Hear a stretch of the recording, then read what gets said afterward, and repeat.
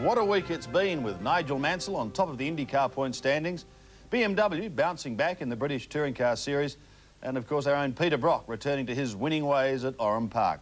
Mike Raymond looks back over a lively week on wheels in his Sportsworld Motorwrap. Race 6 of the British Championship produced a 25-car field at Oulton Park, and at the start it was pole setter Manfred Winkelhock who won the jump over John Clelland's 16-valve Cavalier. Manfred's BMW sidekick Steve Soper made a blinder to pass Clelland before the first turn and set up a Bimmer 1-2. The action back in the pack was most entertaining, as Rouse and Radicic in their Ford Mondios came under attack from the Vauxhalls, Renaults and Julian Bailey's Toyota Carina.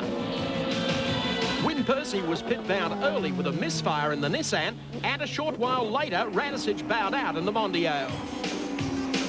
Clelland threw everything at the BMW duo, but Winkelhock continued his break to lead home Soper by 4 seconds, with Clelland a further 16 seconds behind at the finish. To New Hampshire now, where Nigel Mansell proved the class of the field in Sunday's New England IndyCar Grand Prix. Nifty Nige was keen to celebrate his 40th birthday in style, and that's exactly what he did, leading the field to the checkered flag and keeping his big lead in the IndyCar World Series for 1993.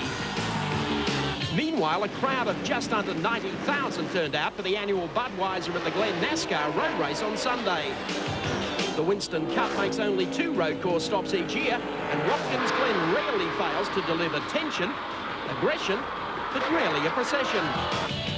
Ford driver Mark Martin set the early pace, but within a lap the good old boys were into heavy metal. The first caution came out when Rick Mars gave the tyre wall a blast. He was okay, but it took a team of trackside workers 40 minutes to restack the Goodyears. Martin lost his advantage to some poor pit work, dropping to 3rd, but had one lucky break when leaders Kyle Petty and Dale Earnhardt crashed, handing him the win. It was going to be a real shame if we weren't able to pull it off. We had such a good car. It's really a shame to let one of those get by, and the door opened and we slipped in. Closer to home, and the grand final of the Shell Australian Touring Car Series brought out 26,000 spectators at Sydney's Oran Park on Sunday.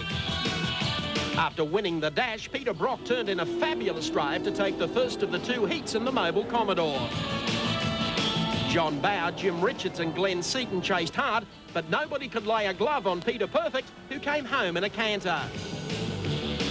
Heat 2, and Brock couldn't repeat his brilliant start. In fact, he was set upon early by Richards in the Commodore. Alan Jones and Glenn Seaton made a break for the front, but then had to conserve as Bowe zeroed in on Glenn. They touched, and JB headed for the Mulga as Jones locked up 2nd place in the series. Thomas Mazzera came from nowhere to place 3rd in the Telecom Commodore as Richo led them to the wire. He and Brock were the stars, while Seaton won the crowd through taking his first ever touring car title.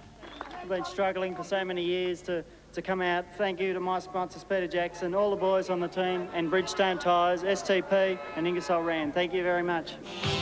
Mike Raymond reporting for Sportsworld.